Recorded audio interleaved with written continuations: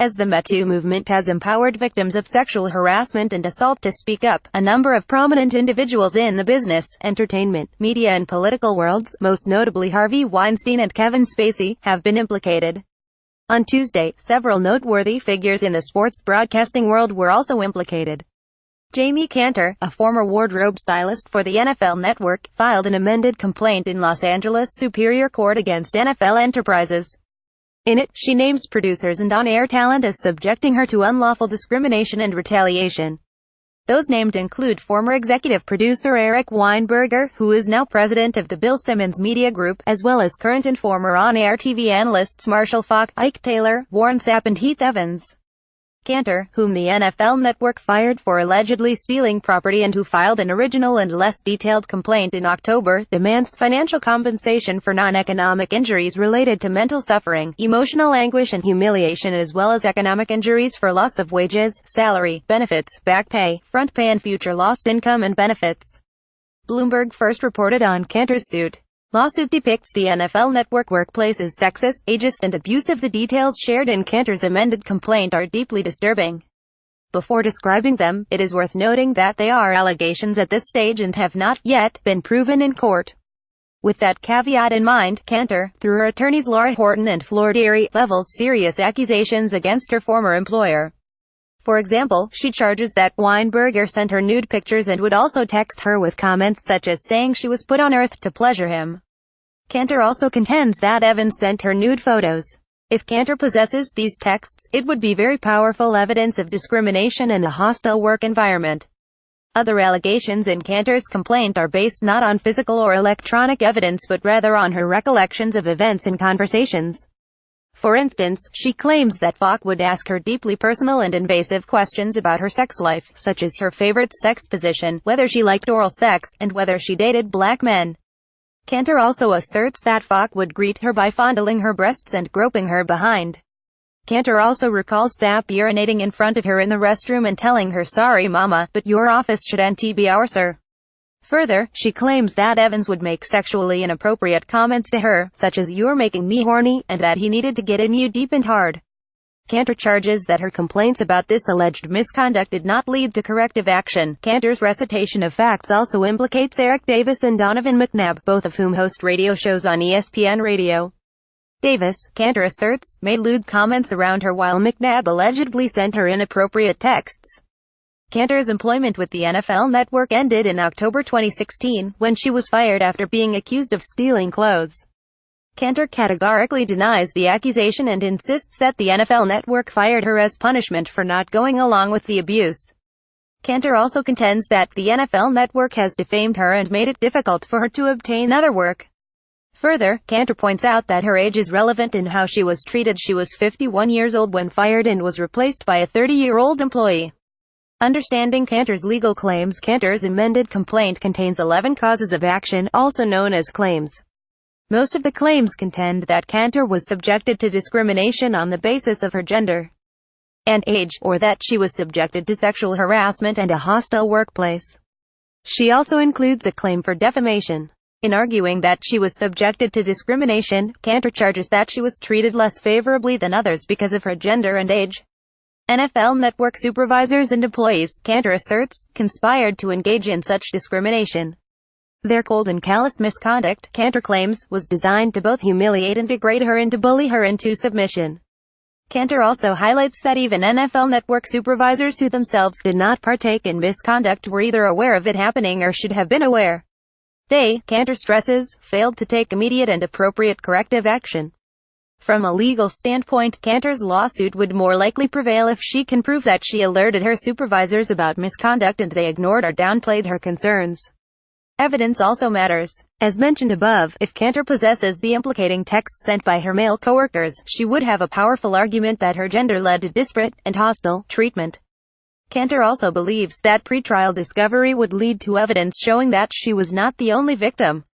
She believes there has been a statistically significant disparate impact on persons who work at the NFL Network based on their age and/or sex gender.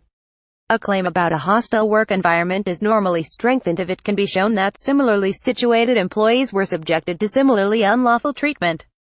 Cantor also stresses that the NFL Network retailed against her for complaining.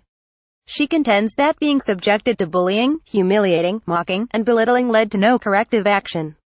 Eventually, as Cantor retells it, she suffered the ultimate form of workplace relationship. She was fired or under false and libelous pretenses.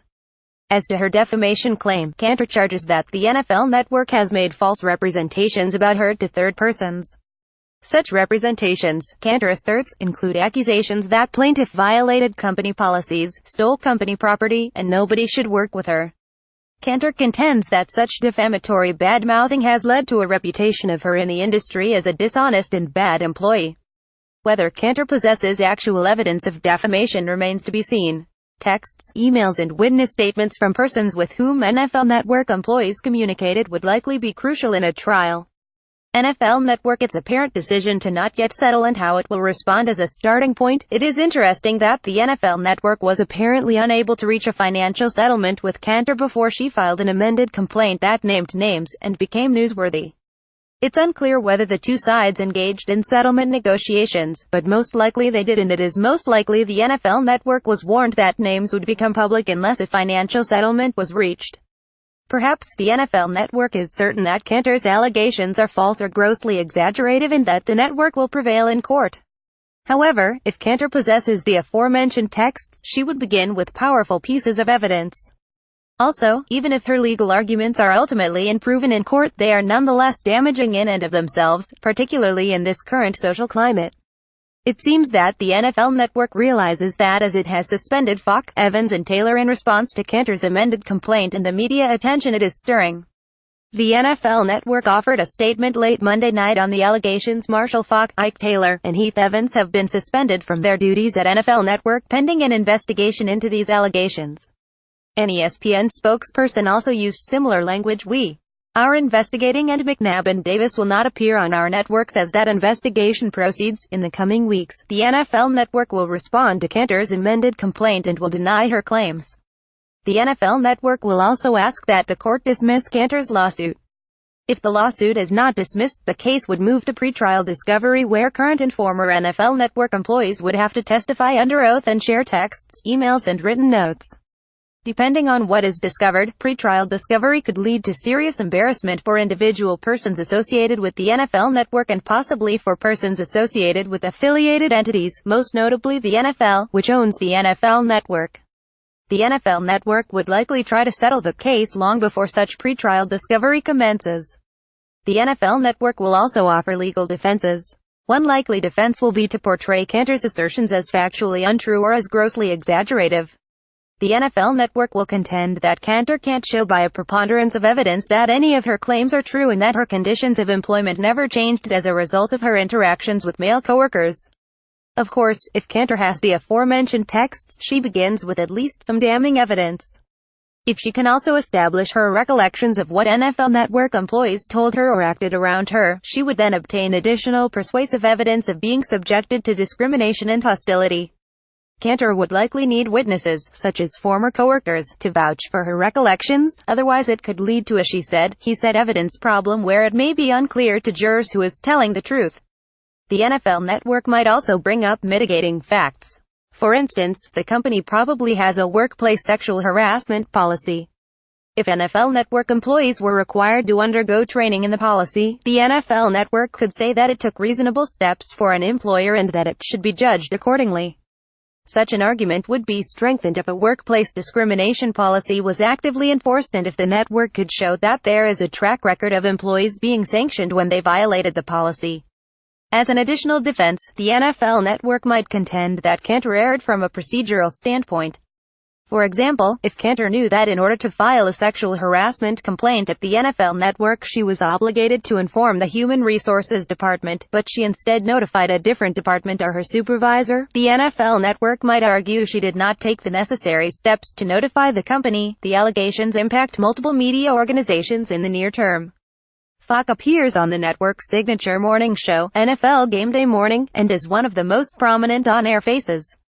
Evans has been part of NFL Game Day Live, which provides in-progress highlights and analysis each Sunday during the season. McNabb works as a college football analyst for beIN Sports, a host on ESPN Radio, and recently appeared as a guest last week on ESPN's First Take.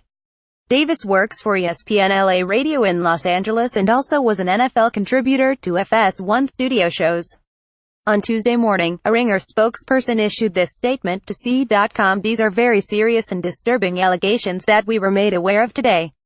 We are placing Eric on leave indefinitely until we have a better understanding of what transpired during his time at the NFL, and we will conduct our own internal investigation." C.com will keep you updated on Cantor's lawsuit and its aftermath. Michael McCann is SI's legal analyst. He is also an attorney and the Associate Dean for Academic Affairs at the University of New Hampshire School of Law, and co-author with Ed Obanon of the forthcoming book Court Justice: The Inside Story of My Battle Against the NCAA and My Life in Basketball. Richard Deitch is SI's media columnist and he also contributed to this report.